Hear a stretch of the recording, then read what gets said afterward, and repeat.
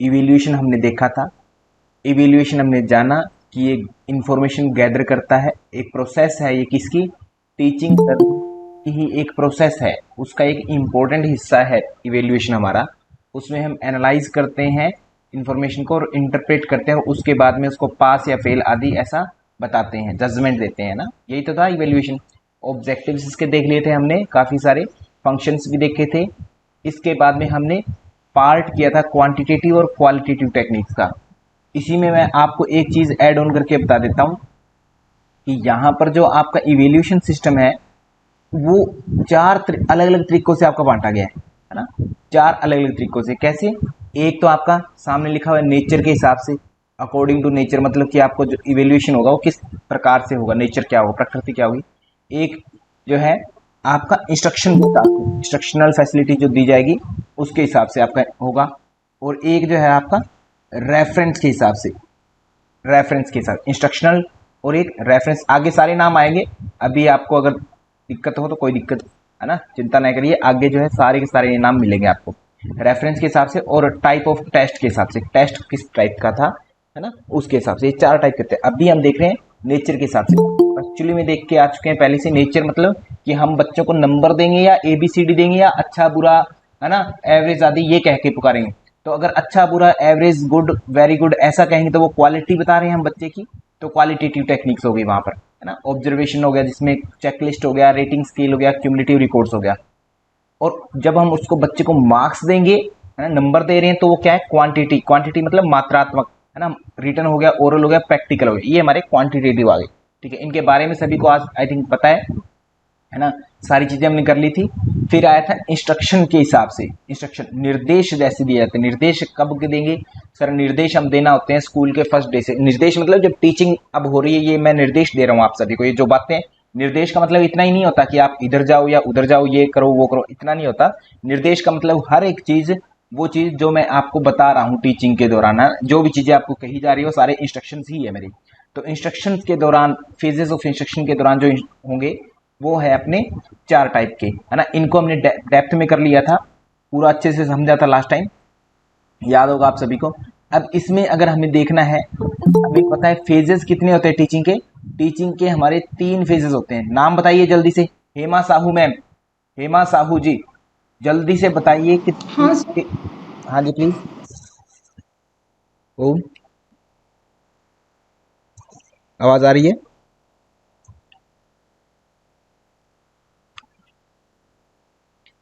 हाँ बहुत बढ़िया।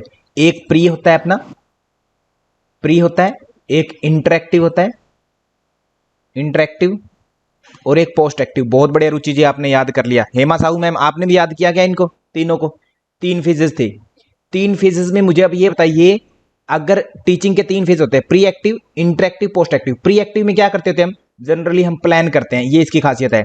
और ये काम पार्ट होता है, मतलब शांति वाला भाग होता है। इसमें टीचर जो होता है पढ़ा नहीं रहता, पढ़ाई से पहले की चीज है ना, प्लानिंग होती है एक तरह से, और बाकी चीजें आपको बताई थी। इंटरेक्टिव में इंटरेक्शन करता है, बच्चा बात कर रहा है टीचर स्टूडेंट से, मतलब बात करने मतलब इंस्ट्रक्शन दिए जा रहे हैं, पढ़ाया जा रहा है ना। ठीक है, वो फेज होता है, मतलब एक्टिव फेज होता है इंटरेक्टिव एक तरह से। इंटरेक्टिव मतलब एक्टिव फेज है, इसमें पढ़ाया जा रहा है, एक्चुअल स्टडी यही होती है, स्टडिंग। ठीक है। पोस्ट एक्टिव में सब कुछ पढ़ा चुके हैं, उसके बाद में आपको क्या करना होता है कि सर मैंने सही पढ़ाया था या नहीं पढ़ाया था। जैसे मान लीजिए मैंने आपको पढ़ाया क्लास में, अब मुझे कैसे पता चलेगा ठीक था या नहीं था? तो मैं शांति से सोचूंगा कि बच्चों ने ऐसे ऐसे क्वेश्चन पूछे बेसिक बेसिक से, इसका मतलब मैंने बच्चों को बेसिक चीजें भी क्लियर नहीं की। तो नेक्स्ट टाइम जब मैं टीच करूंगा, या फिर जब भी हमारा, अगर नेक्स्ट क्लास में ही मुझे रिवाइज करवाना कॉन्सेप्ट को, या नेक्स्ट मंथ में, या जब भी, तो मैं उसको उस टेक्निक को थोड़ा सा चेंज करूंगा कि आपको बेसिक बताया जाए ना। तो लास्ट पोस्ट जो है उसी में आपका क्या होता है, इवेल्युएशन होता है एक तरह से, है ना। ठीक है। और इवेल्युएशन का मतलब ये ध्यान रखना सोनी शर्मा जी, वैसे तो मैं लास्ट में बताने वाला हूं इवेल्युएशन का राइट मतलब क्या है। अभी तक हम इवेल्युएशन का मतलब ये समझ रहे हैं कि आपके एग्जाम ले लिए, हो गया इवेल्युएशन, है ना। एग्जाम दिया, आपका नंबर आ गए, इवेल्युएशन हो गया। बट इसमें भी थोड़ा सा ना, इसको बारीकी समझेंगे, इसकी हमें बारीकी समझनी है, बारीकी से काम करना है। मतलब तो यही है, लगभग एग्जाम लेना है सर, हमें नंबर देने हैं, ऐसा ही कुछ है। बट हमें बारीकी समझनी है इवेल्युएशन की। तो 3 टाइप के sir, pre, post, pre interactive और पोस्ट एक्टिव। अब ये 4 पार्ट थे। यहां पर क्या मुझे आप मेरी मदद कर सकते हैं इस चीज में, ज्योति बलहारा मैम, कि मैं प्री एक्टिव में कौन सा इवेल्यूशन रख सकता हूं? इसमें 4 प्रकार है ना यहाँ पर। हेमा साहू मैम जल्दी से मदद कीजिए मेरी, doctor Soni Sharma ji. Pre active में इन चारों में से मैं क्या रखूं? प्री एक्टिव में, प्री एक्टिव में मदद कीजिए, करिए जल्दी से, बताइए, बोल के बता सकते हैं या आप वैसे मैसेज कर सकते हैं जल्दी से। प्री एक्टिव में बताइए मुझे क्या रखिए, क्या रखा जाए? रुचि मिश्रा जी, सोनी शर्मा जी, बहुत बढ़िया बहुत बढ़िया। प्री एक्टिव कौन सा होता है? फॉर्मेटिव। हाँ, किसने बोला फॉर्मेटिव? देखो, अब सर मैंने। मैंने का मतलब नाम बता दो बस मुझे, है ना? हेमा साहू। हाँ, हेमा साहू जी। इसका मतलब ये है कि आपने रिपीट नहीं किया। मुझे बताओ, सबसे पहले फॉर प्लेसमेंट होता है नहीं? एंट्री बिहेवियर बताया था या नहीं बताया था? प्री एक्टिव फेज में मैंने टीचिंग शुरू नहीं किया, पढ़ाना शुरू नहीं किया, उससे पहले ही आपकी प्रियर नॉलेज को जानना है मुझे। प्रियर नॉलेज, पहले कौन सी नॉलेज हुई थी, ये मैं पढ़ा चुका हूं सारी सारी। पहले कौन सी नॉलेज हुई थी? प्रियर नॉलेज, है ना? आपके पास कितनी है उसको जानना है, तो उसके लिए मैं कौन सा इवेल्यूशन करता हूं? प्लेसमेंट करता होता हूं मैं, प्लेसमेंट। ठीक है, ऐसे प्रश्न बनता होता है आपका। मैंने कहा था कि जितना आप पढ़ोगे उतना मात्र इनफ नहीं है, उसको आपको जोड़ तोड़ करके हर तरीके से देखा जाएगा। इंटरेक्टिव की मैं बात करूं तो इंटरेक्टिव कब होता है? जब हम आपको पढ़ा रहे हैं। मान लीजिए मैं आपको जो है एक सेमेस्टर है पूरा पढ़ाना है, आपको हठ योग पढ़ाना है, तो हठ योग के पहले 2 यूनिट थे, उनका टेस्ट लूंगा मैं, है ना? फिर सही नंबर आ रहे हैं नहीं आ रहे, अगर नहीं आ रहे हैं, सही नहीं आए नंबर सभी के, इसका मतलब मेरी टीचिंग में कुछ दोष है, क्वालिटी में कुछ दोष है, तो उसको ठीक किया जाएगा। फिर आगे फिर से आपके दो पेपर का टेस्ट ले लेंगे, 2 यूनिट का टेस्ट ले लेंगे, फिर आपका सबमेटिव लास्ट में हो ही जाएगा, है ना? तो इंटरेक्टिव में कौन सा होना चाहिए टेस्ट, बताइए, कि ताकि आपकी लर्निंग अच्छी हो, है ना? इसके लिए कौन सा होता है टेस्ट? बोलो बोलो जल्दी बोलो। इंटरेक्टिव में बीच में जो होता है, बीच में फॉर्मेटिव होता है। फॉर्मेटिव पहले नहीं होता। फॉर्मेटिव, प्री एक्टिव क्या है? टीचिंग से पहले का है। टीचिंग जब चल रही है, इंटरेक्टिव फेज है, उसमें हम कौन सा मानेंगे? फॉर्मेटिव फेज मानेंगे, फॉर्मेटिव। और प्लस में कोई और हो सकता है इनमें से क्या? एक डायग्नोस्टिक भी हो, क्योंकि डायग्नोस्टिक भी इसलिए होता है कि आपके नंबर कम आए। मान लीजिए मैंने आपको एग्जाम लिया, है ना, सभी का टीचिंग एप्टीट्यूड का लिया, ब्लूम्स की टेक्सोनोमी से पूछा, टीचिंग के लेवल से पूछा, वगैरह वगैरह, टीचिंग की प्रिंसिपल से पूछा, इनसे क्वेश्चन लिया, और ये मैं पढ़ा चुका हूं, लिया मैंने, ठीक है, और टीचिंग अपनी आगे चल भी रही है, लिया मैंने टेस्ट। लेते ही मुझे पता लगा कि आप लोगों के वो चीजें कॉन्सेप्ट क्लियर नहीं है। कॉन्सेप्ट क्लियर नहीं है, इसका मतलब क्या है? कि इसका मतलब ये है कि उसमें से शायद हो सकता है किसी बच्चे का ब्लूम्स टैक्सोनॉमी क्लियर है, लेवल क्लियर नहीं है। तो मतलब डायग्नोस में ये होता है कि होता ड्यूरिंग ये दोनों के दोनों। फॉर्मेटिव में केवल आपकी लर्निंग का पता लगाया जाता है कि आपके कितने अच्छे अंक आ रहे हैं, नहीं आ रहे, आपको समझ में आ रहा है या नहीं आ रहा, है ना, उसको एनहेंस करने के लिए लर्निंग को। डायग्नोज में उस इशू को जो है एक्सप्लेन करने की कोशिश की जाती है कि इशू आ कहां रहा है, आपको समझ में नहीं आ रहा, आपने कहा कि समझ में नहीं आ रहा, फॉर्मेटिव हो गया। अब मुझे पता लगाना है कि इशू आ कहां रहा है, क्यों नहीं समझ में आ रहा, क्या इशू है, या कौन सा टॉपिक समझ में नहीं आ रहा, वगैरह वगैरह। तो डायग्नोज में जो है लर्निंग एरर को डेप्थ में जो है निकाला जाता है ना, गहराई तक जाया जाता है उसके डायग्नोस्टिक टेस्ट में। ठीक है, दो थे। पोस्ट एक्टिव मतलब जब आपकी पूरी टीचिंग हो चुकी है, लास्ट में आपका 6 महीने के बाद में जो एग्जाम होगा वो कौन सा होता है? सबमेटिव इवेल्यूशन होता है, सबमेटिव। तो आपसे एक बार रिक्वेस्ट है, पीडीएफ आपको जब मिलेगी, है ना, एप्लीकेशन पर, तो उसको आप प्लीज पूरा पढ़िएगा। जब पीडीएफ पढ़ते हैं ना, 1 से 2 बार आप पढ़ेंगे, आराम से बिना वीडियो के क्लियर हो जाएगा आपका काम सारा का सारा, है? उसको जरूर करना। तो बात समझ में आई? प्री में मैं कहूं, प्री में प्लेसमेंट आ गया, प्री में। फॉर्मेटिव में मैं बात कहूं, ड्यूरिंग इंटरेक्शन की बात करूं, मतलब मिड पार्ट की अगर बात की जाए तो ये दोनों आगे, है ना, क्योंकि ये दोनों टीचिंग के दौरान आते हैं। और सबमेटिव जब टीचिंग पूरी होगी, हमारा सारे चीजें हो चुकी है, तब हमारा लास्ट में सबमेटिव होता है, फाइनल एक्सटर्नल एग्जाम।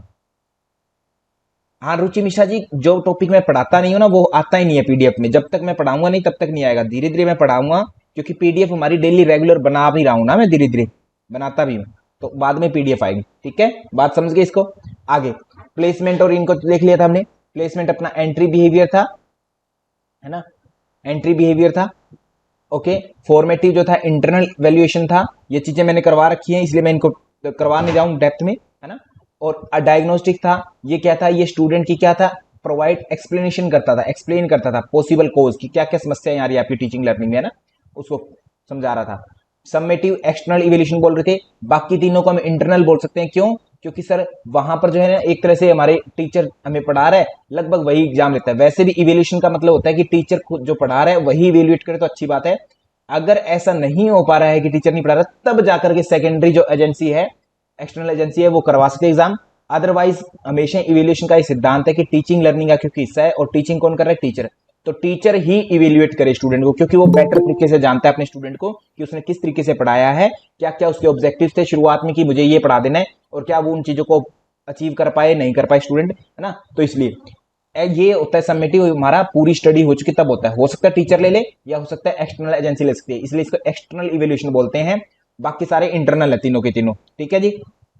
ओके, फिर आता है आज का फ्रेश टॉपिक, यहां से शुरू होता है, यहां से रेनू डबराल मैम। तो अब यहां पर evaluation on the basis of nature of reference. तो रेफरेंस माने प्रकृति के अनुसार, प्रकृति के अनुसार, है ना, ठीक है। वो था प्लेसमेंट, फॉर्मेटिव, डायग्नोस्टिक, और लास्ट में कौन सा था, समेटिव। ये प्रकृति के अनुसार था। रेफरेंस माने संदर्भ। संदर्भ क्या होता है कि जैसे मान लीजिए आपको किसी के पास में रेफर करते होते ना, हॉस्पिटल में सब टर्म यूज होती है कि पेशेंट को रेफर कर दिया दूसरे हॉस्पिटल में, ऐसे टर्म यूज होती है। रेफरेंस का मतलब अगर देखें तो किसी के समानुपात में, किसके रेफरेंस में आप किसी बच्चे को कह रहे हो पास। जैसे मान लीजिए आप लोगों का मैंने टेस्ट लिया, क्विज बनी हुई है आपकी, क्विज के ऊपर आप 10 क्वेश्चन है, 10 में से मैंने रखा है कि 5 क्वेश्चन जो सोल्व करेगा वो पास है ना, और 5 से नीचे करेगा वो फेल है। इमेजिन ऐसा मैंने रखा, ठीक है। हालांकि हमें 100% वाला पता है कि 100% जब एग्जाम टेस्ट होता है, 100% हमारे नंबर होते थे MA BA में, तो जब 33% आते थे तो पास है आप, इससे ऊपर, इससे नीचे अगर आएंगे तो आप फेल है। ये क्या है, अपना रेफरेंस है ना। अब आपका मैंने ऐसे टेस्ट लिया, 2 प्रकार का होता है। एक टेस्ट लिया मैंने, MA में थे आप, MA योगा में, आप लोगों को योगा, हठ योगा, योग सूत्र वगैरह का टेस्ट लिया, ऐसे टाइप हो सकता है, ऑब्जेक्टिव हो सकता है, कैसा भी होगा, है ना। आप लोगों में जो है 100%, 100 नंबर का लिया था मैंने, या 100% जितना भी होता है, टोटल 500-600 नंबर का था, 100% का था, ठीक है। टेस्ट लिया, उसमें जो है अब आपको कितने नंबर लाने हैं सर, आप लोगों ने लिया है 95, है ना, 95% आ गए। तो अब क्या, मेरा रेफरेंस दिया हुआ था मैंने 33% कि 33% से ऊपर होगा तो ही पास होंगे आप, 33% से नीचे हैं तो आप फेल होंगे, यही था। ये तो हमें पता है सर कि 33% से ऊपर आए तो 95% है, तो इसका मतलब बच्चा क्या है, पास हो गया। नीचे आया तो फेल हो गया। तो रेफरेंस मैंने दिया हुआ था, एक रेफरेंस सेट किया हुआ मैंने, 33% किया हुआ है, ये अपना क्या है सर, रेफरेंस है, ठीक है। अब दूसरी अप्रोच क्या हो सकती है, एक अप्रोच और होती है, तो इस कारण से ये 2 तरीके, हाँ एक और अप्रोच बताता हूं। अब नेट JRF का बताइए मुझे डॉक्टर रुचि मैम, नेट या JRF का जो एग्जाम होगा, इस एग्जाम में कितने प्रतिशत आपके नंबर आ जाएं ताकि आप पास हो जाएं। यूजीसी क्या कहती है, NTA क्या कहती है, रुचि शर्मा जी, रुचि मिश्रा जी पता होना चाहिए, कंचन तिवारी जी आपको भी पता होना चाहिए, बताइए जल्दी से, गौरी शर्मा जी आपको पता होना चाहिए, बताइए जल्दी बताइए। अरे कंचन जी, कंचन जी बहुत बढ़िया, गलत बात, ठीक है। यूजीसी NTA कुछ भी नहीं कहती कि कितना होना चाहिए, कितना होना चाहिए नंबर आपके, कुछ भी नहीं कहती। डॉक्टर रमन डुडी जी, है ना, रेणु डबराल जी, कुछ भी नहीं कहती। ये कैसे होता है फिर, है ना। यूजीसी कहती है कि आप अपने साथ वाले जो ग्रुप है ना, जो आपके साथ लाखों लोग बच्चे पेपर दे रहे हैं, है ना, उनमें से सबसे ऊपर आइए आप बस। अब मुझे नहीं पता, यूजीसी कह रही है, यूजीसी के वचन है कि मुझे नहीं पता कि आपके 50 नंबर आएंगे या आपके 100 नंबर आएंगे, सारे के सारे मुझे कुछ नहीं लेना देना। NTA का ये कहना है कि मुझे तो बस क्रीम क्रीम चाहिए, ऊपर ऊपर वाले जो हायर परसेंटेज के होंगे बस वही लेंगे। तो कहने का मतलब क्या है, यहां पर कोई 33% या 120 क्वेश्चन का नहीं है। हालांकि कंचन मैम आप जिस हिसाब से बता रहे हो वो सही है कि लगभग 120 क्वेश्चन हमारे ठीक होते हैं ना, पेपर 1 पेपर 2 दोनों को मिला के, तो इजीली JRF हो जाता है। वो तो हमारा अनुमान है क्योंकि हमने आज तक कट ऑफ देखी है। बट क्या यही सत्य है, क्या पता किसी बार में सारे बच्चे पढ़ने वाले आगे जबरदस्त, है ना, और वो 145 क्वेश्चन से नीचे जाएंगे, तो इसका मतलब 145 क्वेश्चन पर कट ऑफ लग जाएगी, फिर तो 120 क्वेश्चन का मतलब ही नहीं है। तो मेरा कहने का मतलब है, यहां पर आपका जो कंपटीशन हो रहा है वो एक दूसरे विद्यार्थी से हो रहा है कि आपको फेल या पास किया जा रहा है। आपका जो सिलेक्शन हो रहा है वो एक स्टूडेंट का दूसरे स्टूडेंट से कंपैरिजन करके हो रहा है। ऐसा ही हो रहा है ना कि दूसरा स्टूडेंट कितने नंबर पर है, उसके अगर कम है आपसे तो इसका मतलब आप पास हैं, अगर उसके आपसे ज्यादा हैं तो आप फेल है, वो पास है, चाहे नंबर कितने भी हो, कोई फर्क नहीं पड़ता इससे। यही होता है ना, मतलब रैंकिंग सिस्टम होता है इसमें, एक तरह से रैंक दिया जाता है इसमें, है ना। या आजकल टर्म यूज होती है परसेंटाइल, परसेंटाइल कि जैसे आपको किसी के बच्चे के आए 98%, 98%, एक होता है परसेंट, एक होता है परसेंटाइल। किसी के परसेंटाइल आई है 98%, रिजल्ट आता होता है बच्चों का, है ना, रिजल्ट किसी ने देखा हुआ नेट JRF का, तो उसमें परसेंटाइल होता है। उसका मतलब क्या है कि 98% का मतलब ये है, आपके अगर परसेंटाइल 98 है तो आपसे 2% बच्चे ऊपर हैं कुछ, है ना, जो जितने भी टोटल होंगे उनमें से 2% आपके ऊपर है सर, आपसे ऊपर। आपके अगर 100 परसेंटाइल है, परसेंटाइल है ना, इसका मतलब आप टॉपर हैं सर बच्चे, आप ही सबसे ऊपर हैं, आपसे ऊपर कोई है ही नहीं, ये मतलब है उसका। बात समझ रहे हो? तो ये परसेंटाइल जो निकाला जाता है ये किससे, कौन सा है, ये दूसरा स्टैंडर्ड है। परसेंटेज जो निकाला जाता है वो 100% सब चीज मार्क्स को मान करके फिर निकाला जाता है, ठीक है। परसेंटाइल आपके स्टूडेंट के ग्रुप के अनुसार होता है, पूरे ग्रुप के अनुसार कि कितने स्टूडेंट थे और उनके क्या क्या मार्क्स आए हैं, कितने आपसे ऊपर हैं कितने नीचे, ये शो करने के लिए। खैर, अब थोड़ा सा मैं बात को पढ़ाता हूं और इन चीजों को हम कोरिलेट करते हैं, क्या मतलब है इनका। तो एनटीए यूजीसी कभी भी नहीं कहती कि इतने नंबर लेके आना या इतने क्वेश्चन ठीक करना, वो कहती है कि हायर लेके आना, जितने भी ले आओ, बाकियों से सबसे हायर होगा, और वो हायर का भी परसेंटेज अपना तय करती है, कुछ ना कुछ है ना, थोड़े हल्का फुल्का ऊपर नीचे होता है उसका, ठीक है। तो evaluation on the basis of nature of reference, तो सर रेफरेंस के अनुसार कहते क्या है, कहते दो प्रकार के, एक तो नॉर्म रेफरेंस टेस्टिंग, एक criterion reference testing. Doctor Poonam ma'am easy है, बिल्कुल आराम से समझना, शांति से दिमाग ठंडा रखिए आप, है ना, और शांति से बैठिए ढंग से। Okay, norm reference testing and criterion reference testing can be termed as two alternative approach of education testing. दो प्रकार की टेस्टिंग है कहते हैं। तो there are some similarities between these two approaches to testing, there are also fundamental difference between two, ये हम पढ़ रहे हैं अभी, है ना, चीजों को। तो इनको जो है these terms as complementary approaches कहते हैं, इनको हम कॉम्प्लीमेंट्री अप्रोचेस कहते हैं, माने पूरक तरीके से जानते हैं, पूरक अप्रोच है एक तरह से, दृष्टिकोण है ना, ठीक है। ये किस बेस पर थे, रेफरेंस बेस पर, इनका नाम ही है, एक क्राइटेरियन रेफरेंस्ड, एक नॉर्म रेफरेंस्ड। अब क्राइटेरियन को पढ़ते हैं कि मुझे जो है पुलिस में भर्ती करना है, आप लोगों को फौज में भर्ती करना है, तो जिसकी हाइट जो है मान लीजिए 5.5 फुट से नीचे है, वो पुलिस में भर्ती नहीं हो सकते, कोई भी लड़की वो भर्ती नहीं होगी, ठीक है। तो अब मैंने क्या सेट किया है, क्राइटेरिया सेट किया है, क्राइटेरिया सेट किया है, और जिसके 10th में या 12th में नंबर जो है 55% से नीचे है, वो पुलिस में नहीं आएगा। ये दो कंडीशन रख दी, ये मैंने क्या किया, क्राइटेरिया सेट कर दिया। तो अब पुलिस में भर्ती होने के लिए आपकी हाइट अगर किसी की 5.4 इंच है, नंबर आपके 60% है, या मान लीजिए एक ही चीज रख दी मैंने, केवल क्राइटेरिया रख दिया, 55% रख दिया नंबर, कि अगर किसी के 55% से नीचे है तो वो पुलिस में भर्ती हो ही नहीं सकता।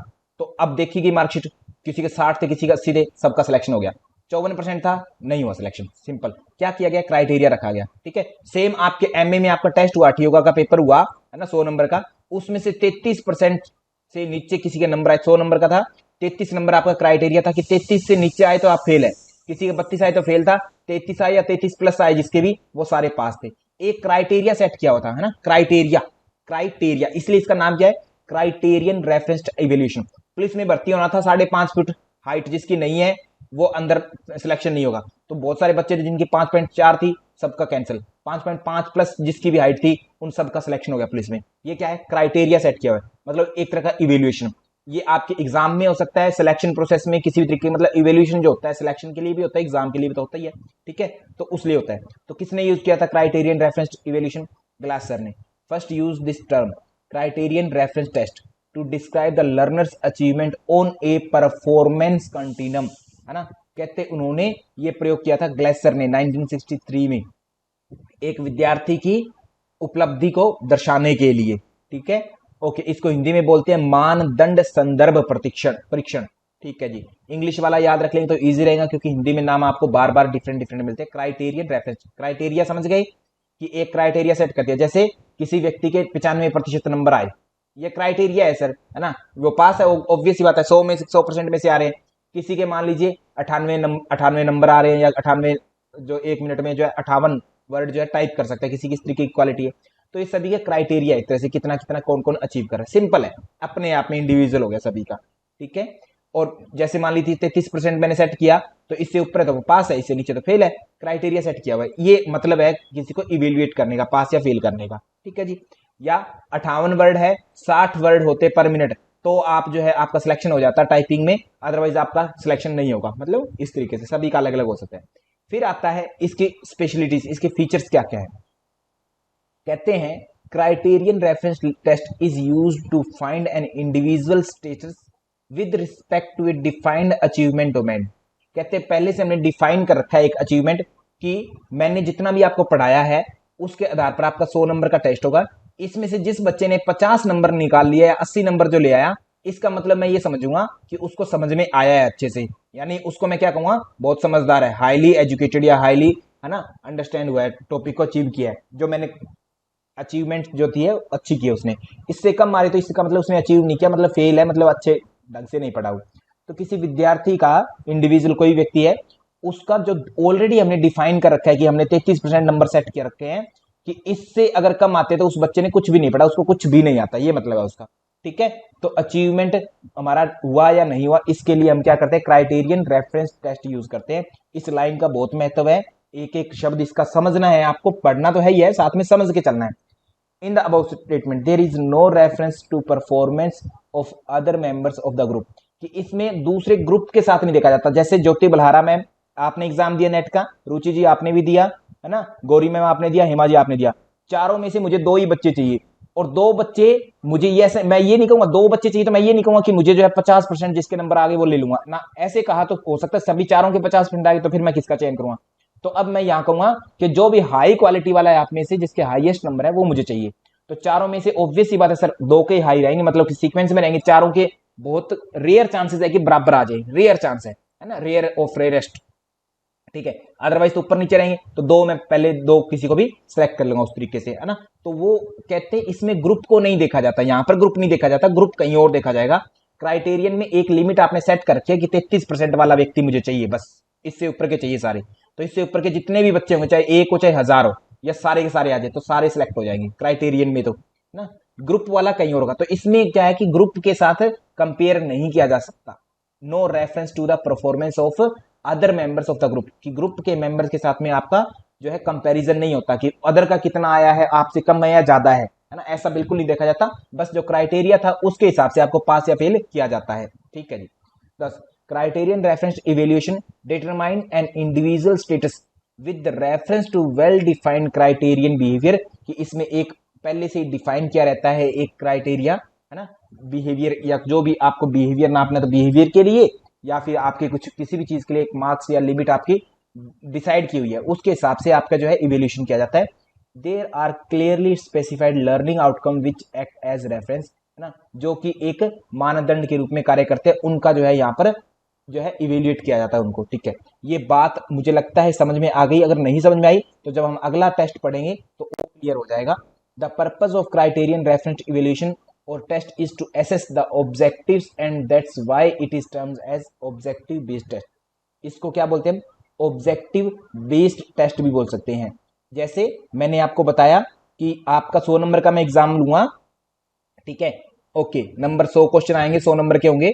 अब मैंने मेरे दिमाग में टीचर, एज ए टीचर मैंने पहले से सोच रखा है कि जिसके 80 नंबर आएंगे उस बच्चे ने अच्छे से स्टडी की है ना, या उसको जो है पास कहा जा सकता है, इससे नीचे के फेल कहेंगे। तो पहले से मैंने डिफाइन कर रखे हैं 80 नंबर। आप लोगों ने एग्जाम दिया, आप लोगों किसी के 70 है, किसी के 80 है, किसी के 90 95 जो भी है, तो 80 प्लस थे वो सारे पास हैं, 80 से नीचे थे वो सारे फेल हैं। तो प्री डिफाइंड, ये मैंने पहले से डिफाइन कर रखा था 80 नंबर, है ना, पहले से डिफाइन कर रखा था। तो इससे मेरा उद्देश्य था, ऑब्जेक्टिव मेरा उद्देश्य ये है कि 80 नंबर जिसके आएंगे वही पास है। तो मेरा, क्योंकि ये ऑब्जेक्टिव बेस होता है, पहले से इसको इवेल्यूशन जो होता है वो ऑब्जेक्टिव पर आधारित होता है कि 80 नंबर आपको चाहिए, ये उद्देश्य है बच्चों को 80 नंबर। तो इसलिए इसको ऑब्जेक्टिव बेस्ड टेस्ट बोलते हैं, ऑब्जेक्टिव उद्देश्य आधारित परीक्षण बोला जाता है इसको। ठीक है जी, okay. The objectives are evaluated, objectives आपके इवेल्युएट होते हैं in terms of behavioural changes among the student, कि आपके अंदर क्या चेंजेस आया है। पहले आप एग्जाम दे रहे थे तो आप एग्जाम को तुक्के से कर रहे थे, हो गया हो गया, अभी आप समझ में कर रहे हैं, बिहेवियर चेंज आ रहा है ना, और आपके मार्क्स में भी चेंज आ रहा है सर। तो इवेल्युएशन उस पर आधारित होता है। Criterion reference test can measure one और मोर असेसमेंट डोमेन, ये जो होता है एक डोमेन को, माने कभी कभी ऐसा होता है कि हम केवल जो है नॉलेज को करना है। डोमेन कितने थे अपने, 3 डोमेन थे ब्लूम टेक्सोनोमी के, क्या क्या, कॉग्निटिव था, अफेक्टिव था, और टी मतलब साइकोमोटर था। मान लीजिए मैं केवल कॉग्निटिव को करना है, तो मैं क्या करूंगा, आपके अंदर नॉलेज कितनी है उसको मापने के लिए उस तरीके की क्या बनाएंगे, टेस्ट बनाएंगे। जैसे भारत का प्रधानमंत्री कौन है, हठयोग के जो है रचयिता प्रथम उपदेष्टा कौन है, हठ प्रदीपिका लेखक कौन है, वगैरह वगैरह, कॉग्निटिव नॉलेज वाला पार्ट है ना। मुझे आपका जो है प्रैक्टिकल पार्ट, योग में सूर्य नमस्कार करवा के देखेंगे, बैक बेंडिंग करवा के देखेंगे, करो जी, है ना, किसकी ज्यादा होती है, जिसकी ज्यादा होती है, जो जो है पीछे तक पूरा खड़े खड़े चक्रासन लगा देगा, उसको नंबर इतने मिलेंगे, है ना। तो कहते हैं किसी भी डोमेन को जो है, किसी भी डोमेन को जो है मेजर किया जा सकता है इसके थ्रू। ठीक है जी, ये तो सिंपल सी बात है, ये समझ में। अब आता है नॉर्म रेफरेंस। नॉर्म रेफरेंस क्या होता है, इसमें आपके ग्रुप मैटर करता है कि आप 100 बच्चे हैं, 100 में से 100 के 100 टेस्ट देंगे, मुझे किसी से कोई भेदभाव नहीं करना, किसी को नहीं करना, आप कितना भी अच्छा पढ़ते हैं, कितना भी नहीं जानते, मुझे कोई लेना देना नहीं है। मुझे किससे लेना देना है, टॉप 6% से, बस ओनली टॉप 6% से। आप लोगों ने एग्जाम दिया, किसी के 5 नंबर आए, किसी के 10 आए, किसी के 15 आए, किसी के 50 आए, किसी के कितने आए, तो जो टॉप थे, टॉप 6%, उसमें हो सकता है किसी बच्चे के 100 नंबर आ रखे हैं, वो भी उतना ही लायक है जितना कोई 6% के अंदर, अगर मान लीजिए नीचे तक अगर मैं गया तो मुझे 6% में 10 नंबर वाला व्यक्ति भी मिल गया, 6% में ही, बाकी सबके 5 4 इतने ही थे। टॉप 6% में 10 से लेकर के 100 नंबर वाले बच्चे थे, तो उन सब का सिलेक्शन हो जाएगा, समझ गए। तो इसमें क्या है, मैंने क्राइटेरिया सेट नहीं कर रखा, हो सकता है सारे ही बच्चे मुझे 6 के 6% 100 वाले ही मिलते, ये भी चांसेस था, हो सकता है 90 वाले ही मिलते, तो मुझे तो टॉप टॉप से मतलब है 6% से। तो वो क्या है, नॉर्म रेफरेंस, है ना। इसमें क्राइटेरिया सेट नहीं कर रखा कि आपने इतने से ऊपर वाला लेना है, इतने से नीचे। इसमें बस ये है कि आपने ग्रुप देखा जाता है कि ग्रुप में से कौन टॉप पर है, और वो टॉप, उसके लिए थोड़ा सा क्राइटेरिया आप जरूर सेट कर सकते हैं, एक परफॉर्मेंस में एक कंपटीशन बनाते हैं, ठीक है। तो नॉर्म, है ना, norm reference test used to find out an individuals status with respect of performance of other individual on the test. Important point sir, फिर से अच्छे समझिएगा इस चीज को, बहुत जरूरी है कि इसमें जो है इंडिविजुअल, एक व्यक्ति का जो स्टेटस है, एक व्यक्ति की जो समझ है, वो देखी जाती है किसके आधार पर, दूसरे व्यक्तियों के आधार पर, कि मान लीजिए दूसरों को कितना ज्ञान है या नहीं है ना, कि आप में से जो टॉप है मुझे वो चाहिए, हो सकता है सबको नॉलेज बराबर सी थी, परंतु मुझे तो अदर कंपैरिजन करके, सबसे कंपैरिजन करके बेस्ट चाहिए। जैसे कि मान लीजिए योगा का टेस्ट होता है, उसमें से किसी व्यक्ति के 98 परसेंटाइल आए, है ना, 98 परसेंटाइल, मैंने समझाया कि किसी के 2% स्कोर जो है उससे बेस्ट होंगे। कैट के एग्जाम होते हैं, आईआईटी के एग्जाम होते हैं, नीट का होता है, नेट का होता है, इन सभी में क्या है सर, आपका परसेंटाइल देखा जाता है कि परसेंटाइल कितना है। हमें अगर मान लीजिए मुझे 6% चाहिए, अगर किसी के परसेंटाइल जो है 94% है, 94% है, इसका मतलब क्या हुआ कि सर उससे 6% ऊपर है ना लोग, तो मुझे 6% तो यहीं पर कवर हो गया सर। अब इससे नीचे के बच्चे एक भी सिलेक्ट नहीं हुआ, जिसके 93% है या 93.9% भी है, उसको भी सिलेक्ट नहीं किया जाएगा, ऑटोमेटिक वो बाहर है, क्योंकि हमें 6% चाहिए था वो ऊपर के, है ना। तो ग्रुप में देखा जाता है इसको। I think I am clear. Gauri Sharma ma'am हाँ में हाँ मिला देंगे एक बार प्लीज आप, है ना, ठीक है, ओके। तो norm reference test compare students performance against the performance of their peers. उनके ग्रुप में अदर बच्चों ने क्या काम किया है, उसके आधार पर आपका जो है टेस्ट होता है नॉर्म रेफरेंस टेस्ट के अंतर्गत। Am I clear sir everybody? हाँ जी बिल्कुल, ठीक है जी, डन। तो इसकी खासियत थोड़ा सा देख लेते हैं। In norm reference test in an individuals performance is compared with the similar information about the performance of other. दूसरों के पास कितनी जानकारी है उसके आधार पर देखा जाता है आपकी ज्ञान, है ना, कि कितना आपको ज्यादा कितना ज्ञान है अदर के मुकाबले। Norm reference test are mostly easy but can be tough as well, है ना। ये जो इजी होते हैं बट ये टफ भी बनाए जा सकते हैं, कि किसी न किसी परसेंटाइल वगैरह अलग तरीके से सेट करके, है ना, अपने अपने हिसाब से होते हैं। ओके सर, आगे बात करते हैं नेक्स्ट। फिर आता है रिफ्लेक्टिव प्रॉम्प्ट्स, एक टर्म है रिफ्लेक्टिव प्रॉम्प्ट्स। इसकी बात करें तो ये क्या, ये एक टर्म है, ये मत समझना कि सर ये टाइप है ना, ये टाइप नहीं है इस चीज का, है ना, ये एक अलग से एक टर्म है रिफ्लेक्टिव प्रॉम्प्ट। इसका मतलब क्या है वो जानना है हमें। रिफ्लेक्टिव प्रॉम्प्ट एक ऐसी टेक्निक है जिसमें आपको मान लीजिए टीचिंग एप्टीट्यूड आपने किया, या आप हठ योग का इजी समझेंगे, हठ प्रदीपिका आप लोगों को करवा दी, मैंने बुक करवा दी, उसके बाद में मैंने आपको क्विज प्रोवाइड कर दी, अपने आप जो करते हैं आप, 10 क्विज है ना आपके पास सभी के पास, ठीक है, वो करते हैं आप अपने, आपने जाकर के देखा, पढ़ा उसको, है ना, ठीक है, किया क्विज, इसको 10 में से 6 नंबर आए सर, अच्छा 4 क्वेश्चन का मुझे नहीं पता था, तो अब मैं दोबारा जाऊंगा, दोबारा हठ प्रदीपिका पढ़ूंगा और फिर से दोबारा टेस्ट दूंगा, फिर जो है 2 क्वेश्चन और ठीक हो गए, 6 और 2 8 ठीक हो, तो क्वेश्चन फिर नहीं पता, फिर दोबारा जाऊंगा, फिर अच्छे से पढ़ूंगा, फिर मेरे पूरे 10 में से 10 आ गए सर। तो कहने का मतलब मैंने हर यूनिट के बाद में आपको क्वेश्चन दिए जाते हैं और आप खुद पढ़ते हैं, उन क्वेश्चंस में से जो आते हैं वो बेल है, जो नहीं आते हैं तो उनको आप और अच्छे से पढ़ते हैं, आपको अपने आप का खुद का पता लगता है ना। तो reflective prompts are a technique in which the teacher provides a set of flexible questions to the students that prompts them to reflect on their own learning. तो इसमें क्या होता है कि टीचर जो है एक फ्लेक्सिबल क्वेश्चन सेट देता है बच्चों को, दे दिया। फ्लेक्सिबल का मतलब ये है कि बच्चों को एक बार में ऐसा नहीं कि रिजल्ट बन गया, है ना, रिजल्ट आपका बार बार चेंज होता रहेगा, आप कितनी बार एग्जाम देते रहो, वो आपका ऐसा नहीं है कि आप फेल हो गए या पास हो गए हमेशा के लिए, ऐसा नहीं है। फ्लेक्सिबिलिटी आपके पास, 50 बार दो एग्जाम को तो भी आप पर फर्क नहीं पड़ने वाला, एक बार दो तो भी फर्क नहीं पड़ने वाला, है ना। फ्लेक्सिबल क्वेश्चन है, दे दिए, उनको आप अपने आप करेंगे। करने के बाद में आपको खुद ब खुद अपने लर्निंग की गति या लर्निंग कैसे हो रही है कैसे नहीं हो रही है उसका पता लग जाए कि हाँ मुझे यहाँ पर दिक्कत आ रही है, ये पार्ट मैंने किया नहीं था, बाकी सारी चीज तो मुझे आ रही है ना, इस तरीके से। In this technique each student answer some questions after completion of a lesson unit by teacher. इसमें हर एक स्टूडेंट जो होता है क्वेश्चन देख करता है, क्योंकि सभी के लिए आपके पास क्विजेस है, सबके पास है, आप अपने तरीके से आराम से क्विजेस करते हैं सभी विद्यार्थी, है ना। कोई भी लेसन या यूनिट जो है खत्म होने के बाद में, है ना, जो टीचर प्रोवाइड करवाता है, मैंने आपको प्रोवाइड किया हुआ है एज ए टीचर, कहां पर, एप्लीकेशन के अंदर क्विजेस, है ना, वहां पर आप जो भी टॉपिक कंप्लीट होता जा रहा है धीरे धीरे आप क्विजेस करते जा रहे हैं। If the test scores are interpreted in term of an individual then they are known as self referenced. ये जो होते हैं क्या होते हैं, सेल्फ रेफरेंस्ड होते हैं, कि मान ली इंडिविजुअल व्यक्ति जो होता है अपने आप के तरीके से संतुष्ट नहीं होता। जैसे 10 में से 10 आने चाहिए थे बट आपके आए 10 में से 8 6, तो आप दूसरों को नहीं देख रहे कि भाई तेरे कितने आए हैं ना नंबर, आपके कितने, ऐसा नहीं है ना। ऐसा है कि सर आपने आपके अनुसार पास कितना होगा कितना नहीं होगा, ऐसा नहीं है। आपको अपने आप को जो है बेस्ट करना है ना, उन टेस्ट के द्वारा। तो सेल्फ रेफरेंस्ड होते हैं, मतलब खुद को देखा जाता है कि आपके पहले 6 आए तो इस बार 8 या 10 लाने की कोशिश करेंगे, आप सेल्फ रेफरेंस्ड होते हैं। ठीक है जी। रिफ्लेक्टिव प्रॉम्प्ट्स, ओके, विचारात्मक संकेत, चिंतनशील, माने विद्यार्थी खुद सोचता है, ये है रिफ्लेक्टिव प्रॉम्प्ट्स। मतलब इसका पढ़ लेना, हिंदी इंग्लिश या हिंदी जो भी है लैंग्वेज जरूर पढ़ना। फिर आता है टेस्ट, बेसिस ऑफ पर्पस, उद्देश्य क्या है, आप करवाना क्या चाहते हैं बच्चों से, है ना, क्यों ले रहे हैं आप, इवेल्युएट क्यों कर रहे हैं, तो उसका मतलब है। तो there is some overlapping with the evaluation techniques as discussed earlier.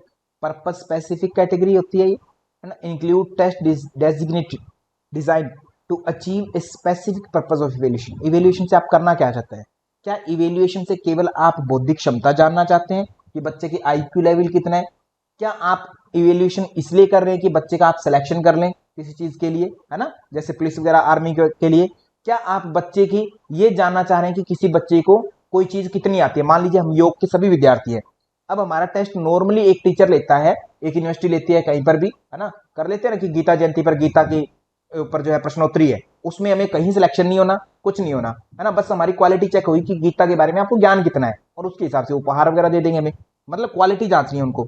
तो ये इस उद्देश्य अलग अलग हो सकते हैं, तो उस उद्देश्य पर आधारित 4 प्रकार के टेस्ट है। ठीक है, एक डायग्नोस्टिक, एक एप्टीट्यूड, एक अचीवमेंट, एक प्रोफिशिएंसी। ये हो सकता है आपको जो पहले पढ़े थे आपने उसके इक्विवेलेंट लगे आपको, बट उनसे इनका कोई लेना देना नहीं है, बिल्कुल डिफरेंट टेस्ट है चारों चारों। ठीक है, ओके। एक होता है डायग्नोस्टिक टेस्ट, तो डायग्नोस्टिक सर निदान करना, निदान करना सर इसका मतलब कि आपको समझने में दिक्कत कहां आ रही है ना। मेरा उद्देश्य अब ये फाइंड आउट करना है हेमा साहू मैम कि आप उत्तर क्यों नहीं दे पाते पेपर 1 में सभी क्वेश्चंस, है ना, मैंने ये जांचना था। तो मैंने पाया, मैंने क्वेश्चन आंसर दिए आपको, हमारा टीचिंग एप्टीट्यूड जैसे ही कंप्लीट हुआ या बीच में चल रहा है, तो मैंने चल रहा है अपना टीचिंग एप्टीट्यूड, उसी में मैंने कुछ जो चीजें हो चुके टॉपिक उसमें से क्वेश्चन उठाए, पूछा आपसे, आपको नहीं आए या कुछ आ गए, तो मुझे पता लगा कि इनको ये इशू है, ये चीजें आ रही हैं इनको और ये चीजें नहीं आ रही, डायग्नोज हो गया सर, है ना। तो these test help us in identifying area of learning in which a learner may need a remedial course and they provide us a profile of what the learner knows and doesn't know, है ना। कहते ये जो होती है area of learning से संबंधित है सारी की सारी। इसमें रेमेडियल माने एक तरह से औषधि के रूप में, एक तरह से उपचार हम देते हैं विद्यार्थियों को कि कहां पर उनको कोई चीज नहीं आ रही, कहां पर उनको आती है, मतलब कि कोई चीज आ रही है या नहीं आ रही है उनको, ना कहां पर नहीं आ रही। ए डायग्नोस्टिक टेस्ट, इसमें क्या क्या हो सकते हैं डायग्नोस्टिक टेस्ट में, मैनी और सबसेट हो सकते हैं, consist of a battery of a matter of subset test to cover sub areas. कहते इसमें एक से ज्यादा हो सकते, जैसे हठ प्रदीपिका मैंने आपको पढ़ाया, हठ प्रदीपिका में आपकी पूरी बुक करवा दी, उसमें आसन है, मैंने एक आसन का अलग से टेस्ट बना दिया, एक कुंभक का अलग से बना दिया, कुंभक में भी अष्ट कुंभक का अलग बना दिया, केवली का अलग बना दिया, आसनों में भी जो है लेटने वालों का अलग टेस्ट बना दिया मान लीजिए, और खड़े होने वालों का अलग टेस्ट बना दिया ऐसे, है ना।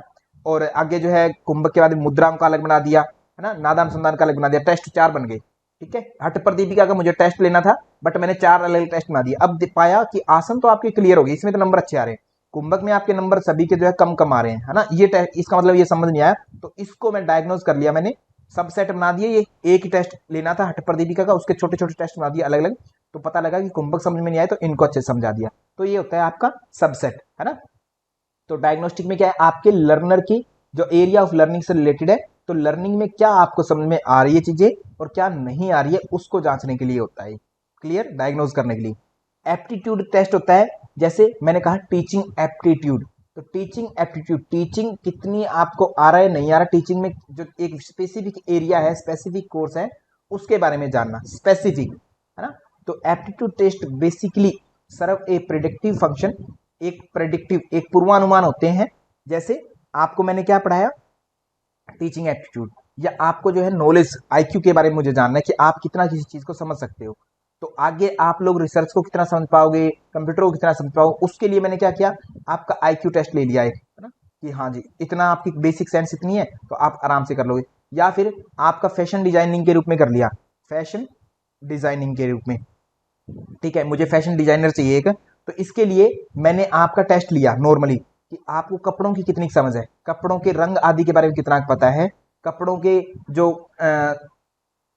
उनके प्रकार होते हैं ना, धागे आदि के, उनके बारे में कितनी नॉलेज है, उसके लिए टेस्ट रख लिया, तो वो एप्टीट्यूड टेस्ट हो गया। Aptitude test basically serve a predictive function, they help us in identifying potential talent, कि आपके अंदर टैलेंट कितना है ना, अंदर desirable characteristics which are essential for one to be competent to perform a specific task, किसी टास्क को करने के लिए आपके अंदर कितनी एबिलिटी है, आपको टीचिंग करने के लिए आपके अंदर एबिलिटी है या नहीं है, इसके लिए आपका क्या टेस्ट लिया गया, टीचिंग एप्टीट्यूड नेट जेआरएफ के अंतर्गत एक, है ना। आप रिसर्च करनी है आपको आगे जाकर के एज ए रिसर्चर स्कॉलर, तो आपका जो है रिसर्च एप्टीट्यूड टेस्ट ले लिया सर, है ना। तो ये क्या होते हैं कि आप स्पेसिफिक कार्य करने के लिए कितने एबल हैं, उससे रिलेटेड आपका टेस्ट ले लिया जाता है। These test are generally used while selecting people for special courses, किसी स्पेशल कोर्स के लिए आपको सिलेक्ट करना है तब आपका होता है, जैसे कि नीट नेट आदि जो सारे एग्जाम है ये एप्टीट्यूड टेस्ट के अंतर्गत आ जाते हैं, ठीक है जी।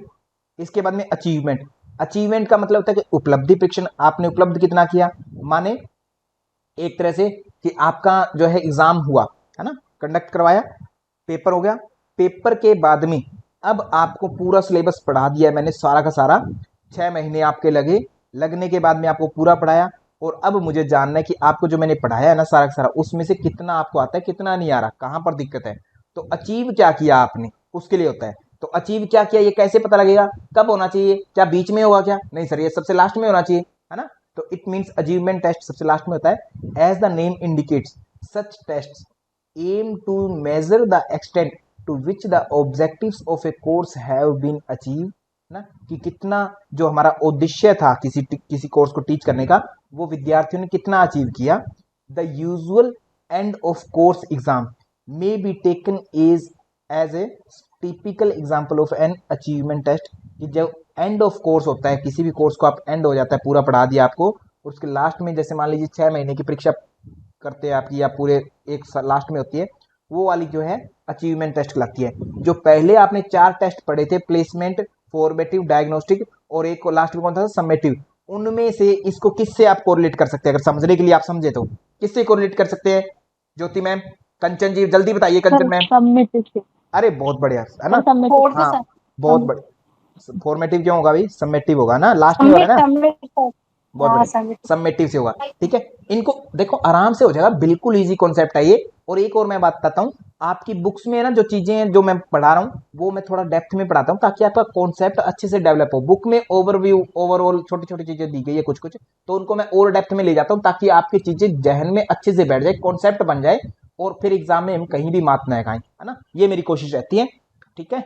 इसलिए कुछ चीजें आपको बुक से ज्यादा थोड़ा करवाता हूँ। फिर है प्रोफिशिएंसी, प्रोफिशिएंसी मतलब प्रवीणता।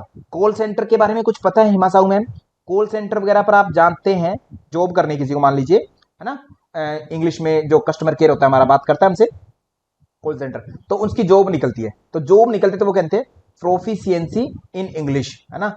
अमेरिका जाना है तो कहते हैं आपको अमेरिका पहुंचना है, वहां पर रहना है, तो कहते हैं प्रोफिशिएंसी इन इंग्लिश, कहते हैं इंग्लिश में प्रवीणता होनी चाहिए, इंग्लिश आनी चाहिए। तो जॉब जैसे निकली कॉल सेंटर के लिए, है ना, कॉल सेंटर की जॉब लिखी तो वहां पर क्या लिखा है, प्रोफिशिएंसी इन इंग्लिश। या जॉब निकली असिस्टेंट प्रोफेसर इन योगा, तो कहा प्रोफिशिएंसी इन आसनास, कहते आसन बहुत अच्छे होने चाहिए, कहते असिस्टेंट प्रोफेसर की ये क्वालिटी होनी चाहिए, है ना। तो ये प्रोफिशिएंसी प्रवीणता को जांचता है, आपके अंदर कितनी एबिलिटी है किसी एक पर्टिकुलर टाइम पर। एकदम से जॉब निकली, आपको किसी ने कुछ पढ़ाया क्या जॉब से पहले कि आपके लिए जॉब निकालने वाले 6 महीने बाद में, तो जो इतना कोर्स पढ़ लेगा वही जॉब कर पाएगा, ऐसा तो नहीं था। आज एकदम से जॉब निकलती है, उस टाइम आपको कितना आता है एकदम से जॉब निकली, है ना। जब वो जांच करेंगे, जब आपका इवैल्यूएशन करेंगे बिना किसी कोर्स को पढ़ाए, तो वो क्या है, प्रोफिशिएंसी टेस्ट है। कॉल सेंटर में जॉब निकली, इंग्लिश आपको आती है नहीं आती है, कितनी आती है कैसे आती है, उसके लिए आप ट्रेनिंग नहीं करेंगे उस टाइम तुरंत ना, आपको ट्रेन किया जाएगा, तुरंत आपका टेस्ट होगा 3-4 दिन बाद में, जो भी डेट दी होगी, आप अपने सेल्फ तैयारी करेंगे वो अलग बात है, आपको कोई टीच नहीं करेगा, कोई कुछ नहीं होगा, डायरेक्ट आपकी नॉलेज चेक होगी कि इंग्लिश आती है या नहीं आती है ना, इतना ही। तो these tests aim to assess the generally ability of a person at a given time, कि तुरंत आपको किसी समय पर आपको जो है एबिलिटी को जांचना है, वो होता है प्रोफिशिएंसी टेस्ट। कंचन मैम क्या नहीं क्या बोला, समझ नहीं आएगा कुछ कंचन जी? their scope is governed by a reasonable exception of what abilities learner of a given time, कहते एक गिवन टाइम पर कितनी उनकी एबिलिटीज है। जैसे मैट्रिकुलेट्स ऑफ ग्रेजुएट, कहते ग्रेजुएशन में है कोई बच्चे, तो हम ये समझते हैं कि उनको 10वीं तक के तो सारी चीजें आती ही होंगी ना, 10वीं वाले तो ठीक है, कि ग्रेजुएशन में अगर कोई बच्चा है तो 10वीं वाली होगी, तो आपके लिए रख लिया कि सर कि आप जो है 10वीं के बेस पर आप टेस्ट दीजिए, है ना, किसी चीज का, कि 10th की चीजें तो आती होंगी ग्रेजुएशन के टाइम पर, किसी टाइम पर। तो ये मतलब माना जाता है इसका प्रोफिशिएंसी में, कि एक तरह से कि आपके एक गिवन टाइम में किसी पर्टिकुलर जब नीड है, तब आपका जो टेस्ट होता है और उसमें आपकी किसी एक स्किल या एक पूरी नॉलेज को जो है चेक किया जाता है, प्रोफिशिएंसी टेस्ट ये होता है। ठीक है जी, कोई दिक्कत नहीं है। ओके ओके कंचन मैम अभी क्लियर है ना, डन है अपनी बात, कोई दिक्कत नहीं। ठीक है, ये 4 प्रकार के टेस्ट हुए। तो अब एक लास्ट टॉपिक पढ़ते हैं, difference between measurement, assessment and evaluation. अभी तक हम बार बार एक वर्ड ये रिपीट कर रहे हैं, इवैल्यूएशन इवैल्यूएशन। अब देखते हैं इसको इवैल्यूएशन ये क्या भला है। ठीक है, doctor Hema Sahu ma'am evaluation explain करेंगे हम। इवैल्यूएशन डायरेक्टली ये नहीं होता कि आप देखो, टीचिंग का उद्देश्य क्या है, आपको टीचिंग क्यों करवाई जाती है, क्या आपका एग्जाम लेने के लिए होती है क्या टीचिंग? नहीं सर, बिल्कुल भी नहीं। तो क्या टेस्ट में अच्छा नंबर लाने के लिए होती है? नहीं सर, एक बार ये हो ही नहीं सकता, ये तो मतलब ही नहीं है। तो टीचिंग में क्या होता है, कहते टीचिंग जो होती है ना, टीचिंग मान लीजिए कि कोई टीचिंग होनी है अच्छी, वेल टीचिंग, अभी तो हम एग्जाम परस्पेक्टिव से पढ़ रहे हैं, यहाँ पर तो ये उद्देश्य शायद ना आप कंप्लीट करते हो, है ना। टीचिंग के कुछ उद्देश्य होते हैं, ऑब्जेक्टिव, टीचर पहले से ऑब्जेक्टिव निर्धारित करता है कि मुझे बच्चों को पढ़ाना है, उसके बाद में बच्चों को हिंदी बोलनी आ जाएगी या इंग्लिश बोलनी आ जाएगी, ये ऑब्जेक्टिव हम इमेजिन करिए, है ना। या इसके बाद में बच्चों को जो है योग करना आ जाएगा अच्छे से, या इसके बाद में बच्चों को जो है योग के बारे में नॉलेज हो जाएगी, है ना, ऑब्जेक्टिव। इसके लिए सबसे पहले टीचर ने क्या किया, टीचिंग करने से पहले ऑब्जेक्टिव निर्धारित करता है टीचर कि इससे ये काम हो जाएगा, अगर मैं पढ़ाऊंगा तो, मेरे से पढ़ोगे तो आप, है ना। जैसे मैंने ऑब्जेक्टिव निर्धारित किया कि मुझसे पढ़ेंगे आप, यहाँ पढ़ेंगे तो आपका नेट या जेआरएफ इजीली हो जाएगा, सारा कंटेंट यहीं से आएगा, ऑब्जेक्टिव था ये अपना। ठीक है, तो इसके लिए क्या हो सकता है, आपकी प्रियर नॉलेज में पूछता हूं नॉर्मली कि आपने मैम या सर जो है आपने पहले नेट या जेआरएफ दिया है सर एग्जाम आपने, आप कहेंगे, कोई कहता है सर नहीं दिया, कोई कहता है सर बहुत 2-3 बार दे लिया। इसका मतलब मुझे अंदाजा हो जाता है कि बच्चे के अंदर कितनी नॉलेज है, कितना अवेयर है वर्तमान में वो, है ना। किसी ने 10 साल पहले एमए कर रखी योग में, तो इसका मतलब उसे कुछ भी नहीं याद आज का, है ना। ठीक है, तो प्रियर नॉलेज की जांच करता है टीचर। उसके बाद में क्या करता है टीचर, प्लान करता है कि अब इनके नॉलेज इतनी है, अच्छी है बुरी है या नहीं, उस हिसाब से प्लान करता है कि इनको बेसिक से पढ़ाना है या थोड़ा हायर लेवल से पढ़ा देना है, प्लान करता है टीचर। और क्या करता है, प्लानिंग के बाद में क्या करेगा फिर टीचर, फिर टीच करेगा, ऑब्वियस बात है, इंटरेक्टिव फेज होता है, टीच करता है। ठीक है, टीचिंग होगी। टीचिंग के बाद में टीचिंग कर दिया, अब आपके जो ऑब्जेक्टिव्स मैंने कहे थे कि नेट या जेआरएफ आप कर देंगे, है ना, अचीव हो जाएगा, उसके लिए मैं क्या कर दूंगा, इंटरनली मैं इवेल्युएट करूंगा आपको, है ना, इवेल्युएट करूंगा मैं आपको, जो है टेस्ट दूंगा कुछ, तो उसके अंदर आप टेस्ट करेंगे, उसके लिए मैं आपको क्वेश्चन आंसर दूंगा, कुछ क्वेश्चंस दूंगा, आंसर आप निकालेंगे उसके। तो इवेल्युएशन में क्या होता है, डायरेक्टली इवेल्युएशन नहीं होकर के 3 पार्ट होते हैं, 3 स्टेप होते हैं। पहले तो मेजर करते हैं, मेजर मतलब मापते हैं, मापते किसको है, आपके नंबर को मापते हैं कि आपने 10 में से कितने क्वेश्चन किए, 8 क्वेश्चन किए, मेजर किया। मेजर के बाद में असेसमेंट करेंगे। असेसमेंट का मतलब क्या होता है, कंपैरिजन। कंपैरिजन मतलब कि मैंने सेट किया हुआ था 10 में से 5 जो क्वेश्चन किया रहेगा, वो बच्चा क्या है, पास होगा, वो उसका नेट हो जाएगा, ये असेसमेंट है। कंपैरिजन, मैंने मेरे गिवन चीज से कंपैरिजन किया, ठीक है, उससे, या हो सकता है ग्रुप से भी आपका कंपैरिजन हो सकता है कि बाकी बच्चों ने 8-8 लिए हैं, आपने 5 नंबर लिए, इसका मतलब आपका नहीं होगा, बाकियों का हो जाएगा, ऐसा भी हो सकता है ना। तो असेसमेंट का मतलब क्या है, कंपैरिजन, नंबर का कंपैरिजन होगा।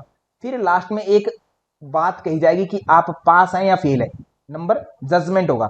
तो इवेल्यूएशन क्या है, इवेल्यूएशन डायरेक्टली नहीं होता, इसका मतलब इवेल्यूएशन जो है हमारा 3 स्टेप के बाद होता है। पहले मेजरमेंट होगा, फिर अपना क्या होगा मेजरमेंट के बाद में, फिर अपना असेसमेंट होगा, असेसमेंट, फिर आपका क्या होगा, असेसमेंट के बाद में इवेल्यूएशन होगा। फॉर एग्जांपल अभी नेट जेआरएफ पर आता हूं मैं। नेट जेआरएफ का आपने एग्जाम दिया, एग्जाम दिया, आपके पास आंसर की आ गई, आंसर की आई, 150 में से किसी बच्चे के 120 क्वेश्चन थे, ठीक है। अभी वो पास है या फेल है नहीं पता सर अभी, तो उसके लिए क्या होगा, असेसमेंट होगा। असेसमेंट क्या है, कंपैरिजन बताया मैंने, और वो कंपैरिजन हो सकता है, हमने नेट जेआरएफ वालों ने ये कहा होता है, इमेजिन करिए कि 110 से जिसके ज्यादा आएंगे नंबर वो सारे हम जेआरएफ कर देंगे उनको। तो 120 किसी क्वेश्चन है तो उसने क्या देखा, कंपैरिजन करेगा वो, क्या इसके बच्चे के 110 से ज्यादा है, हाँ जी 110 से ज्यादा है, ठीक है, कंपैरिजन हो गया, 110 से ज्यादा है, यस मिल गया ऑप्शन, असेसमेंट हो गई, हाँ जी। फिर इवेल्यूशन करेगा कि हाँ जी ये बच्चा जेआरएफ है या नॉट जेआरएफ, ठीक है, इतनी बात करेगा। या ग्रुप के साथ करेगा कि किसी बच्चे के 120 मतलब ये टॉप 6% में है क्या, असेसमेंट में चेक किया, हो गया सर, कंपैरिजन हो गया, फिर इवेल्यूशन करेगा। माने पहले मेजरमेंट, फिर असेसमेंट, फिर इवेल्यूशन, ये 3 स्टेप होते हैं, ये 3 डिफरेंस, ठीक है। इनको थोड़ा सा हम पढ़ते हैं, बातों को, इनको थोड़ा पढ़ते हैं लाइन वाइज।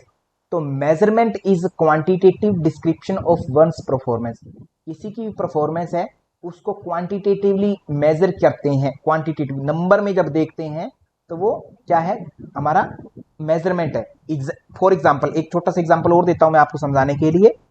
मुझे किसी को जानना है, कोई बच्चा पढ़ने में है ना पुअर है, पढ़ने में एवरेज है, गुड है या वेरी गुड है, तो मैं क्या करूंगा, आप लोगों के लिए टीचिंग एप्टीट्यूड का टेस्ट रखा 50 क्वेश्चंस का, ठीक है। किसी ने उसमें से 40 क्वेश्चन किए, किसी ने 30 किए, किसी ने 25 किए, किसी ने, ठीक है। हाँ एक एक्सीलेंट भी हो जाएगा एक टर्म, कंचन मैम जैसे आप हैं, ठीक है, ओके।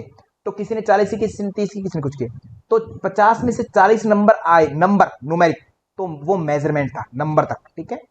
नंबर के बाद में अब मैंने देखा, मैंने पहले से मैंने सेटिंग कर रखी कि पुअर वो बच्चा होगा जिसके 20 नंबर आएंगे, एवरेज वो होगा जिसके 30 आएंगे, जिसके 35 आएंगे वो गुड होगा, जिसके 40 आएंगे या 45 आएंगे वो वेरी गुड होगा, जिसके 50 आए एक्सीलेंट होगा।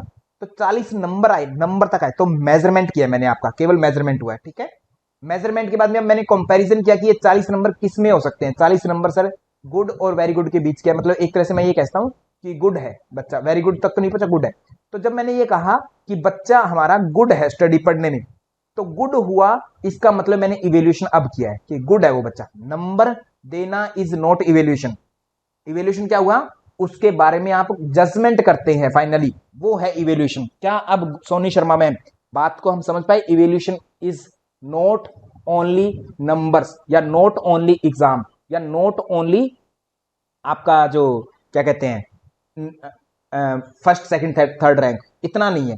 इवेल्यूशन मींस कि आपके जो ऑब्जेक्टिव्स थे टीचिंग के, जो टीचर ने सोचा था कि ये चीजें आ जाएंगी, क्या वो बच्चा समझ गया। अगर वो 40 नंबर लेकर के आ रहा है 50 में से, इट मींस वो चीज पा रहा है, इट मींस अच्छे से वो समझ रहा है, थोड़ा थोड़ा समझ गया, मतलब कि अच्छा समझा है वो, ठीक है। अगर वो पुअर लेके आता 20 नंबर लेके आता तो मैं क्या कहता, समझा ही नहीं सर, वो बिल्कुल भी नहीं समझा, है ना, ये मतलब होता है ऑब्जेक्टिव अचीव नहीं हुई। तो मेजरमेंट जो होता है क्वांटिटेटिव होती है, उसमें इंफॉर्मेशन गैदर करते हैं बच्चे से कि बच्चे ने क्या क्या जाना, क्या क्या समझा, इंफॉर्मेशन लेते हैं, उसको मेजरमेंट बोलते हैं। जैसे बच्चे ने किसी के 92, किसी के 75, जो भी नंबर हो सकते हैं, वो मेजरमेंट है, केवल न्यूमेरिक फॉर्म में होता है, डन। दूसरा, फिर उसको हम कंपैरिजन करते हैं, ये दूसरा सेकंड स्टेप होता है इवैल्यूएशन का, असेसमेंट। ये क्या होता है, कंपैरिजन होता है। कंपैरिजन किसका हो सकता है, हो सकता है वो हमारा पीरियड पहले से हमने डिफाइन कर रखा था 33%, उसके साथ कंपैरिजन होता है कि 33% के साथ देखते हैं बच्चा 34% लेके आया या 32 लेके आया, 32 आया तो फेल है, 33 या 33 से ज्यादा लेके आया वो परसेंटेज तो वो पास है। और पास या फेल जब ये टर्म हमने यूज की तो वो इवेल्युएट हुआ, है ना। कंपैरिजन ऑफ टू और मोर सेट ऑफ इन्फॉर्मेशन, जब हम कंपैरिजन करते हैं एक से ज्यादा इन्फॉर्मेशन को तो उसको असेसमेंट बोलते हैं। लाइन पढ़ते हैं, assessment is second step of evaluating students performance, किसी की विद्यार्थी की परफॉर्मेंस मापने का सेकंड स्टेप है ये। The description that a student stood first in the class represent the concept of assessment. हमने फर्स्ट कब कहा बच्चे को, क्योंकि वो बाकी के साथ हमने कंपैरिजन किया कि एक इस बच्चे के 80% नंबर है, बाकी किसी के 60 है, किसी के 65 है, किसी के 79% है, सबके नीचे कंपैरिजन किया, तब हमने कहा कि 80% है, ये फर्स्ट है बच्चा, है ना। फर्स्ट इसलिए क्योंकि हमने कंपैरिजन किया अदर के साथ में उसका, तो असेसमेंट क्या हुई, कंपैरिजन होता है इंफॉर्मेशन का। ठीक है, हाँ क्वालिटी से समझिए कंचन में, क्वांटिटी मेजरमेंट टोटली क्वांटिटेटिव है, इसलिए क्वांटिटेटिव लिखा, क्वांटिटेटिव है मेजरमेंट, नंबर देखेंगे। असेसमेंट में क्वालिटी देख रहे हैं दूसरों के साथ में, हमें एक तरह से है तो ये भी क्वांटिटेटिव क्योंकि नंबर के रूप में देख रहे हैं अभी तक, क्योंकि मेजरमेंट हमारे पास, इवेल्युएशन हमारी क्वालिटेटिव हो जाएगी कंचन जी। ठीक है, ओके। और वहां भी फिर भी मैं फिर बता रहा हूं, वो भी क्वांटिटेटिव होती है, टेक्निक्स यूज होती है ना वहां पर। ठीक है, इवेल्युएटिंग, मैं अभी क्लियर करता हूं कंचन में आपकी सारी बात। Evaluating student performance, description student का सर कैसा रिकॉर्ड है, क्या है, उसके बारे में बताता है। It make students performance more meaningful, तो मीनिंगफुल बताता है स्टूडेंट्स की, मतलब कि अच्छे से बताता है हमें कि अदर के मुकाबले वो कितना अच्छे से है ना। ऐसा नहीं है कि सर ये पढ़ गया कितना, 10 में से 2 नंबर आ गए तो भी ठीक हो गया, टॉप बन गया, ऐसा नहीं है। बाकियों के मुकाबले क्या है, या अपने आप में जो हमने गोल सेट किया था उतना अचीव किया है नहीं किया, उसको देख कर होता है ना। Unless we interpret, analyse, rank, order, compare ones individual score with the average score of the group, we can not find ones relative position in the group, है ना। किसी ग्रुप में हमें पोजीशन बतानी है, बच्चे पहले नंबर पर है, दूसरे पर है, तीसरे पर है, तो हम उसको क्या करते हैं, एनालाइज करते हैं उसके रैंक को, ऑर्डर को ना। फिर सर कंपैरिजन करने के बाद में हम क्या जानते हैं, फिर जो है उसके इवेल्युएशन करते हैं। इवेल्युएशन कब करते हैं, इवेल्युएशन सर कंपैरिजन कर लिया, फिर प्लेसमेंट ऑफ वैल्यू, प्लेसमेंट भी बताते हैं उसका, कि उसका रिमार्क देते हैं। जैसे मान लीजिए एक एग्जांपल मैं बात करता हूं, पहले तो लाइन पढ़ा देता हूं, कि इसमें हम जजमेंट करते हैं कि बच्चे ने पहले मान लीजिए किसी टाइम पर एग्जाम दिया, उसको कुछ नहीं आता था, अब वो मेरे पास या हमारे पास ट्यूशन लग गया, है ना, हमारे पास ट्यूशन लगा, तो अब जो है हमने पढ़ाया 6 महीने तक, उसका जो है क्वेश्चन दिए उनको 50 में से, पहले तो वो कुछ भी नहीं कर पाता था, आज उसको 40 क्वेश्चन आ गए सर। ठीक है, तो हमने क्या कहा कि बच्चे ने इंप्रूवमेंट लाई है भाई, बहुत अच्छे से इंप्रूव किया है, पहले कुछ नहीं पढ़ रहा था, अब इंप्रूवमेंट किए।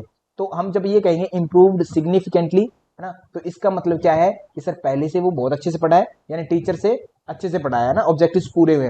तो when we add value to assessment, assessment को जब हम वैल्यू प्रोवाइड करवाते हैं कि वो क्या हुआ है ना, उसके रिजल्ट क्या है, पास या फेल, है ना, या अच्छा है या बुरा है, तो उसको हम क्या बोलते हैं, इवेल्यूशन बोलते हैं। तो इवेल्यूशन अपनी 3 स्टेप में हुई। सबसे पहले मेजरमेंट होगा, जो कि क्वांटिटेटिव रहेगा, क्वांटिटेटिव जिसमें नंबर वगैरह आएंगे, और नंबर को जब हम दूसरों के साथ जो या गोल जो है हमारा सेट किया हुआ है उसके साथ हम कंपैरिजन करेंगे तो असेसमेंट, और फाइनली जब हम रिमार्क कर देंगे, जजमेंट कर देंगे, जजमेंट ध्यान रखिएगा, ये फेल है या पास है, या अच्छा है या बुरा है, इसने पढ़ा या नहीं पढ़ा, इस तरीके से हम, है ना, बताते हैं, वो इवेल्यूशन होता है हमारा ओवरऑल। ठीक है जी, डन है, कोई दिक्कत नहीं यहाँ पर। तो evaluation is not just getting marks only, है ना, नंबर लेना केवल इवेल्युएशन नहीं है, ये ध्यान रखिएगा। तो इवेल्युएशन उससे कहीं बढ़ करके है। इसलिए हमारा एक क्वेश्चन था ज्योति बलारा मैम, कि क्या टीचिंग का उद्देश्य क्या होता है, अच्छे नंबर दिलवाना बच्चों को? नहीं सर, नंबर तो मेजरमेंट तक है, हमें तो इवेल्युएट करना है ना टीचिंग के ऑब्जेक्टिव्स को। ठीक है, तो इवेल्युएशन वो होता है। I think I am clear ना। तो ये यहाँ पर थोड़ा सा दिया गया है कि टेस्ट जो होता है वो क्या होता है, वो स्किल्स को मेजर करने के लिए बनाया जाता है, जिसमें आपके जो मार्क्स मिलते हैं वो मेजरमेंट होता है ना, डाटा न्यूमेरिकल वैल्यू में होता है। असेसमेंट आपका डॉक्यूमेंटेशन होता है ना, किसी अदर के मुकाबले कैसा है, परसेंटाइल कितना है, वगैरह वगैरह इस तरीके से। और फिर लास्ट में इवेल्युएशन होता है, जिसका मतलब होता है लर्निंग प्रोसेस में टीचर ने क्या सीखा है, स्टूडेंट ने क्या सीखा, क्या नहीं सीखा, या अच्छा या बुरा, इस तरीके से, है ना, इंप्रूव हुआ या नहीं हुआ। ओके प्राची मैम, बहुत बढ़िया, डन सर। तो आज का हम यही कर रहे हैं सत्र, आगे कल और चलाएंगे क्योंकि ये काफी लंबा टॉपिक है और बहुत ईजी है, ध्यान रखिएगा, बहुत ही ईजी है। ठीक है, इसके प्रश्न बाद में हम करेंगे, पहले कुछ पहले के प्रश्न कर लेते हैं, कुछ किसी दूसरे टॉपिक के ना। ओके, तो इस टॉपिक को पढ़ोगे, उस जैसे आप पढ़ोगे, आज शायद पीडीएफ इसकी अपलोड कर देंगे ना, आगे की भी अपलोड कर दूंगा मैं, थोड़ा सा पढ़ लीजिएगा, आपको और समझ में आएगा जब मैं कल पढ़ाऊंगा, तो पहले ही, है ना। ठीक है जी, यूनिट कंप्लीट ज्योति बुलारा जी। टीचिंग एप्टीट्यूड छोटी बात नहीं है, टीचिंग और रिसर्च 2 एप्टीट्यूड आपके क्लियर हो गए ना। कंप्यूटर वगैरह के तो आपके समझने का खेल ही नहीं है, ये सारा समझ का खेल है, टीचिंग और रिसर्च। कंप्यूटर आपका रटने का काम आ जाएगा, ज्यादातर हिस्सा उसमें रटने का काम होगा कंप्यूटर में। ठीक है, यहाँ पर समझ का काम है, इसलिए आपको समझाने में टाइम लगता है मुझे। वहां पर तो फैक्ट्स हो गए सारे सारे, जल्दी जल्दी आंखों से गुजार देंगे, समझ गए बस, है ना। आपको याद करने वाली स्थिति वो जल्दी हो जाएगी, ये आपको समझने का काम है। ओके, तो कन्फ्लिक्ट बिटवीन 2 स्टूडेंट्स, 2 बच्चों के बीच में संघर्ष, लड़ाई, आपस में बातचीत कर रहे हैं, कुछ हो रहा है ना। तो कहते क्या हो, टीचर क्या करे, कंप्लेन कर दे? सर ऐसी बात नहीं करनी है, टीचर को ऐसा नहीं करना, टीचर के प्रति फिर खार खाने लग जाए विद्यार्थी, पढ़ेंगे नहीं कभी, नेगेटिव एटीट्यूड बना लेंगे। Discuss the issue with the class, है ना। क्लास में सबके सामने डांट दो बच्चों को, सर नहीं सर, ना ना ना, ये चीज नहीं करनी बच्चों को, ऐसा अच्छा टीचर ऐसा नहीं करेगा, है ना। हम भी नहीं चाहते कि हमारे साथ ऐसा टीचर करे। Barring them from your class, class से, है ना, बाहर निकाल दो, ठीक है, ये बाहर निकालना मतलब आएगा, है ना। तो सर ऐसा नहीं, बच्चों को बुलाओ आराम से ऑफिस में और उनको फेस टू फेस आराम से बैठ कर बताओ कि बच्चा क्या दिक्कत है क्या नहीं, है ना। तो उस तरीके से बताओ, तो सी हमारा बेस्ट ऑप्शन होगा। ऑब्वियस सर, इजी, है ना, समझ में आ रही है। अब ये उत्तर क्यों निकाल रहे हैं, क्योंकि आप लोगों ने ओवरऑल सारी सारी चीजों को जोड़ना सीख लिया है।